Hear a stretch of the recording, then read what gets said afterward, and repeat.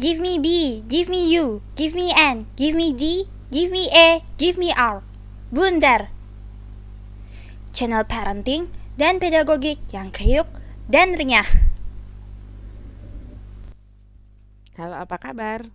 Selamat bergabung kembali dengan podcast Bundar. Video kali ini kita akan bahas tentang kesadaran bahaya pada anak usia dini. Kenapa hal kayak gitu harus diajarin ke anak?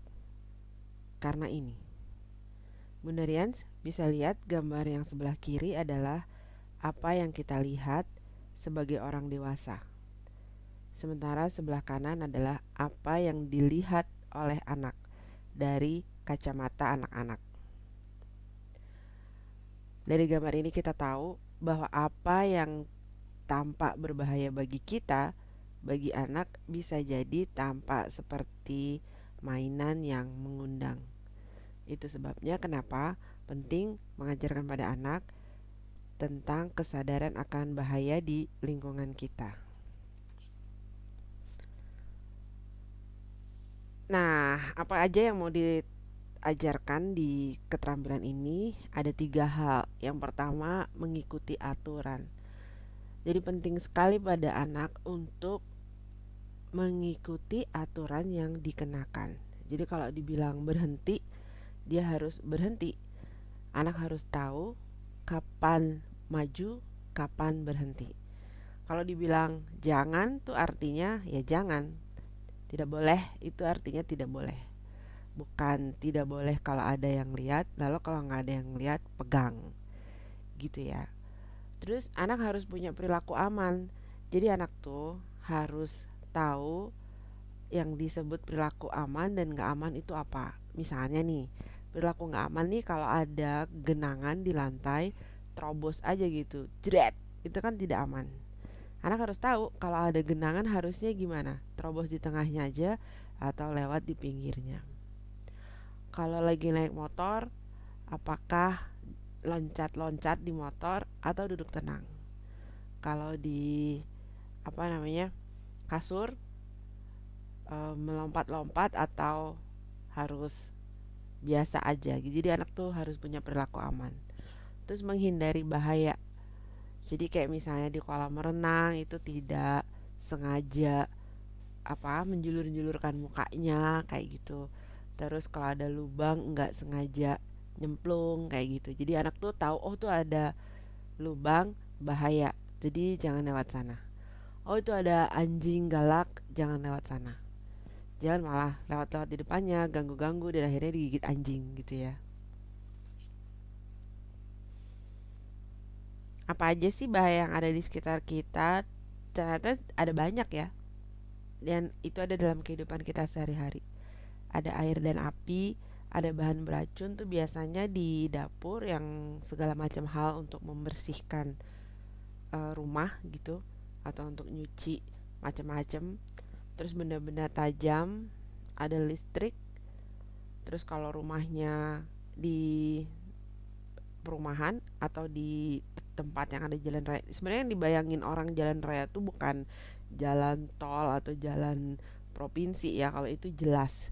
Tapi kayak misalnya jalan perumahan gitu yang sepi gitu justru lebih beresiko gitu karena kadang-kadang orang lewat itu merasa sepi gitu. Taunya ada anak kecil muncul ting gitu. Jadi aja nabrak gitu ya.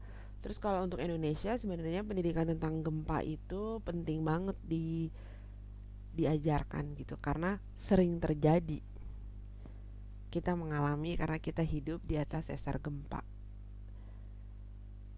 gitu. Terus gimana ngajarinnya kalau anak-anak kecil gitu, yang diajarkan harus bertahap dari yang paling dekat dengan kehidupan dia, misalnya tentang barang-barang beracun di rumah tadi, tentang air, tentang listrik gitu ya.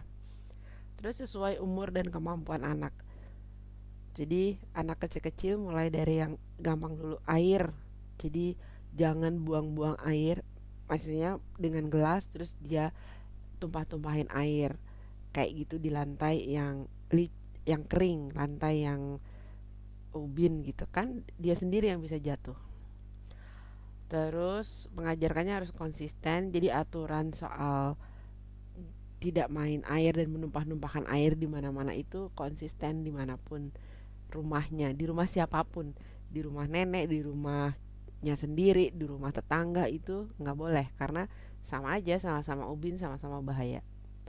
Terus ada teladan, ada contoh dari kita orang dewasa tentang berperilaku aman. Jadi kayak misalnya kalau ngajarin sama anak untuk berperilaku aman saat berkendara, kitanya juga gitu.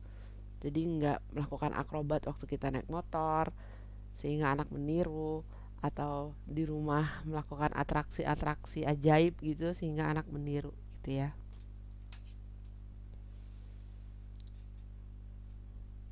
Karena ini anak-anak, kita nggak bisa pakai gaya penyuluhan, jadi bisa dilakukan dengan metode yang sesuai kebutuhan anak. Misalnya kayak dengan lagu, dengan permainan, dengan game board gitu ya. Terus dengan worksheet, biarpun orang tua di rumah bukan sekolah tetap bisa melakukannya dengan worksheet, karena ada banyak worksheet tentang perilaku aman ini di internet yang bisa diunduh dan dipakai. Terus bisa dengan cerita, telling story, dan simulasi. Simulasi itu nggak usah sengaja buang air membasahi lantai gitu, nggak usah. Tapi setiap ada air gitu kita simulasi. Lewat pinggirnya yuk. Kalau lewat tengah bahaya, jadi kita lewat pinggirnya kayak gitu. Terus kalau misalnya di jalan dengan berkendara juga kita langsung mengingatkan harusnya gimana. Oh, duduk tenang, tidak mengeluarkan tangan atau kepala di jendela dan lain sebagainya. Simulasi bisa juga ya, real play di rumah gitu, pura-puranya kita naik mobil, boleh nggak keluarin tangan, boleh nggak keluarin kepala, kayak gitu dengan anak-anak kecil bisa efektif. Alur pengajarannya, yang pertama diajarkan apa dan mengapanya dulu.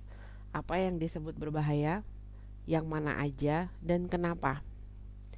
Berbahaya air yang ada di lantai yang licin karena bisa bikin jatuh. Jadi kalau di mall ada orang lagi ngepel, jangan berjalan di sekitarnya misalnya.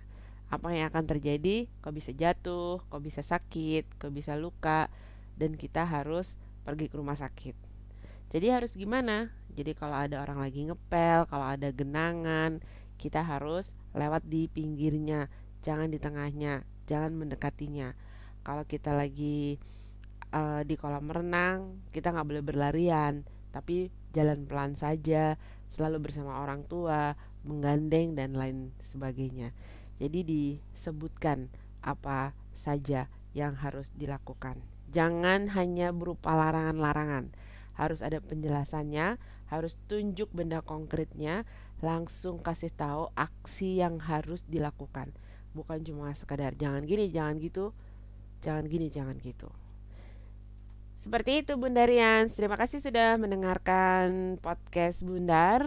Tetap tidur bagus, makan bagus, dan gembira saja. Ciao.